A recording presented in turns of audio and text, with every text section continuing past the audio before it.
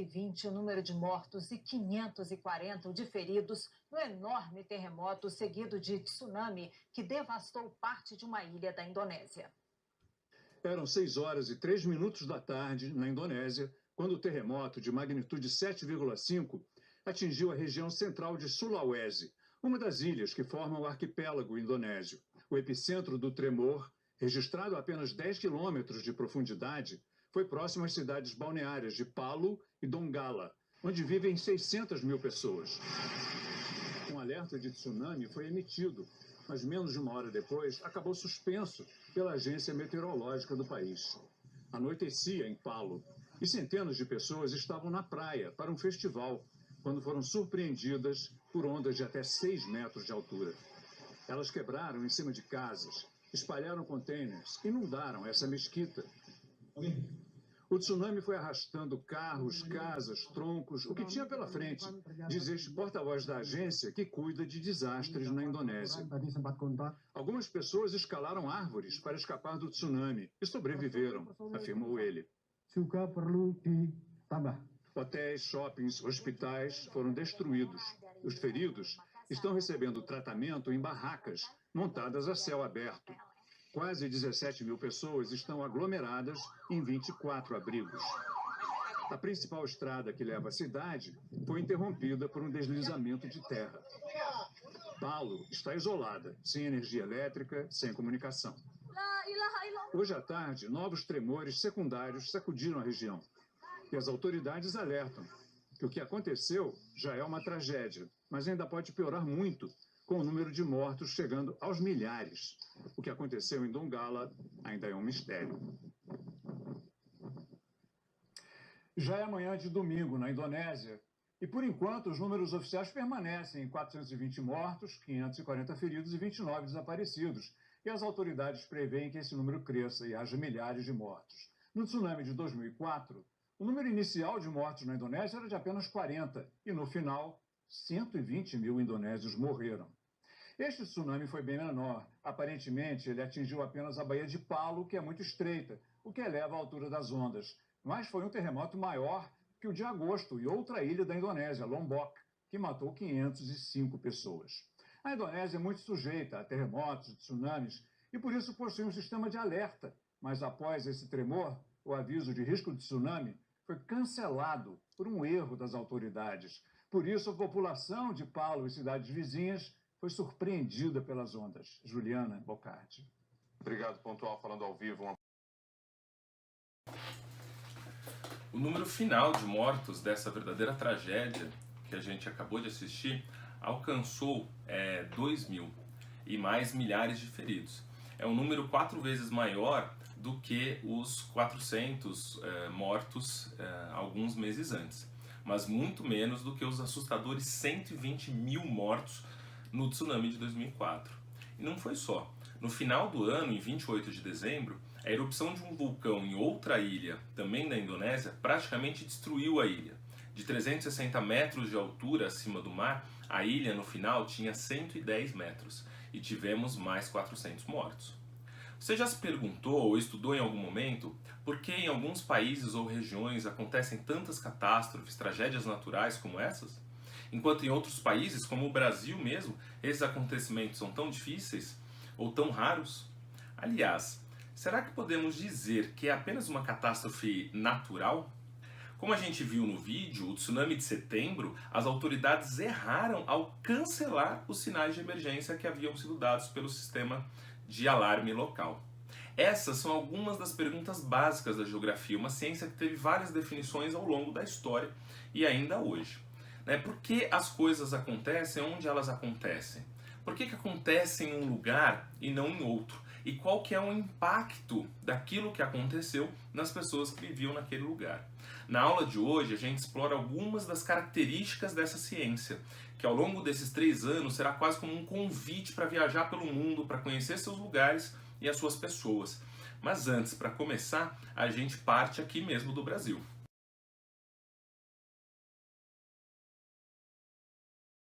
Não, o Brasil ainda não fica na Atlântida.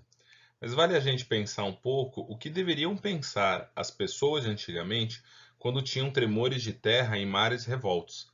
deviam apenas deixar as pessoas muito pasmas e bastante preocupadas. Era muito difícil entender as causas que levavam ao chão balançar tanto e destruir boa parte das construções, ou ondas enormes que derrubavam navios e inundavam toda a cidade.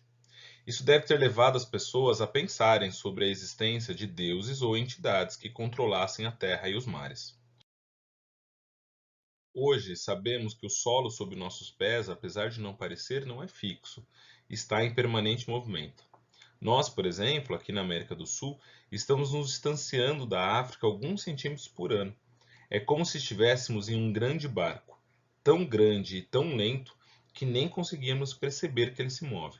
Esse barco nós chamamos de placas tectônicas, que são esses grandes blocos que sustentam os continentes, os oceanos e nos quais a crosta terrestre se divide. O movimento desses barcos vai gerando por si uma energia. Quando esses barcos se defrontam com outros barcos que vêm na direção contrária, ou então quando eles simplesmente vão andando de ladinho. As placas tectônicas estão permanentemente se chocando e em algum momento essa energia explode. É como quando alguém nos irrita por muito tempo, nos pressiona, nos critica e em um dado momento a gente explode, soltando toda essa energia. É isso. São assim os terremotos e são assim os vulcões.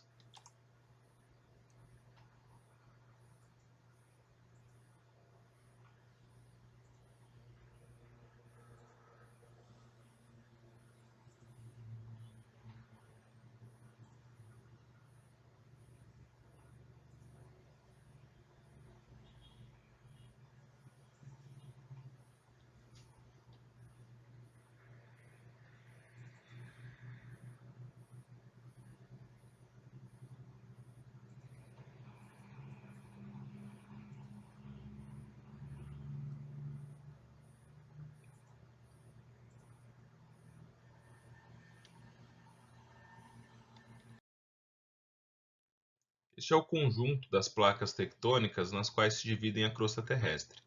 Nós, aqui no Brasil, estamos no meio de uma placa tectônica, e é por isso que não sentimos tantos terremotos e não temos aqui vulcões ativos ou tsunamis. É diferente de áreas localizadas nas bordas das placas, como a Indonésia, como o Chile e como o México, nos quais os choques são muito maiores e esses fenômenos acontecem com muito mais frequência. No meio das placas tectônicas, portanto, os terrenos são muito mais antigos, formados há muito mais tempo. Passam dos 300, 500 milhões de anos e são chamados de escudos cristalinos.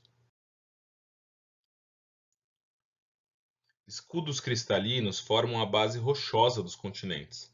São terrenos muito antigos e, portanto, já foram gastos pelo ar e pela água da chuva. Ao longo do tempo, então, ficaram mais baixas e mais planas.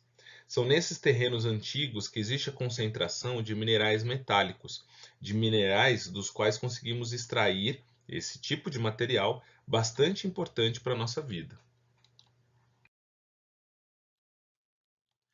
Minerais são elementos naturais que formam as rochas. Por sua vez, as rochas compõem a crosta terrestre. Esse é o quartzo, o mineral mais comum, mais presente na superfície da Terra. E esta é um exemplar de granito. Toda rocha é, na verdade, um aglomerado de minerais. A hematita, por exemplo, é um mineral do qual se extrai o ferro. Na realidade é uma rocha, mas a gente acaba chamando de mineral, pois boa parte dela é formada de ferro. E aí, por meio da mineração, que nós extraímos esse metal. Na verdade, quando olhamos para a nossa casa, quase tudo, ou boa parte daquilo que a gente utiliza na estrutura da casa, vem da mineração. Assim, a mineração é essa atividade de extração dos minerais, por meio da escavação do solo, da retirada da rocha e do seu tratamento, muitas vezes, inclusive, com produtos químicos. Esses buracos ficam enormes e chegam até os lençóis freáticos. Mas nem tudo que resulta da mineração é economicamente aproveitável. Boa parte são partes de rocha, outros minerais ou do mesmo mineral e também de produtos químicos utilizados no processo, uma espécie de lama tóxica que se concentra. Na realidade, as barragens de rejeitos são uma forma mais sustentável de controlá-los, impedindo que sejam lançados diretamente nos rios ou na vegetação ao redor. Normalmente se interrompe algum rio ou córrego para que funcione como uma represa. No caso do Brasil, essas serras nas quais são realizadas as atividades de mineração concentram também nascentes de vários rios, já que temos um clima úmido que leva bastante chuva para esses locais. São vários os métodos de construção de barragens desse tipo. O mais comum no Brasil é o conhecido como de barragem a montante. Se cria uma primeira barreira, um dique de partida, e vai se construindo conforme cresce a quantidade de rejeitos. A barragem a montante é aquela cujo crescimento se dá para cima do rio, ou seja, para cima dos rejeitos.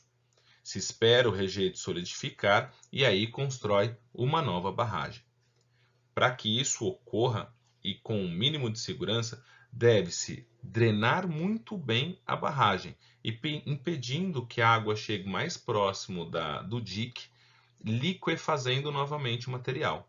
E também o crescimento deve ser controlado, a fim de evitar que o material não se solidifique.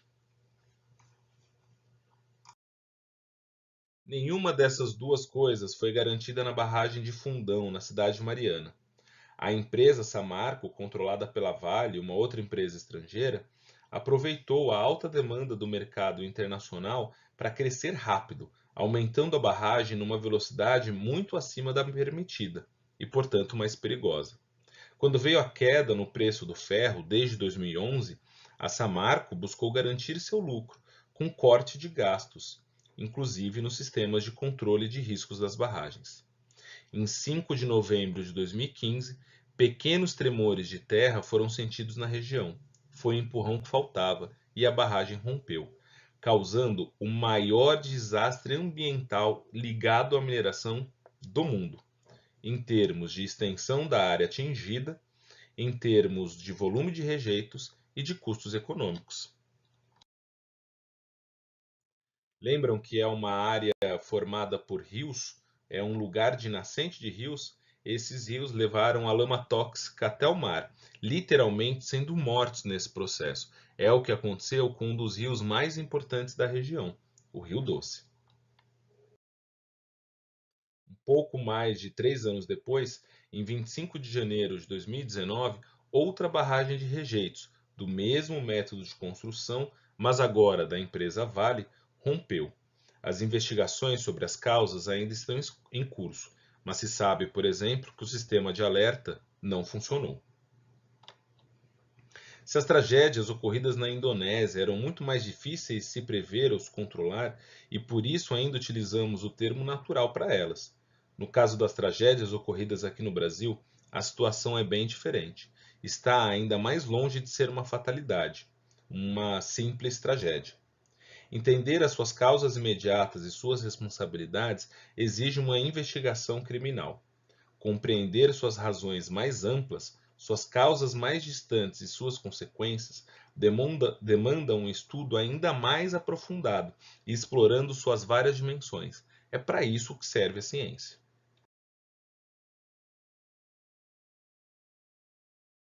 Rochas, ar e água.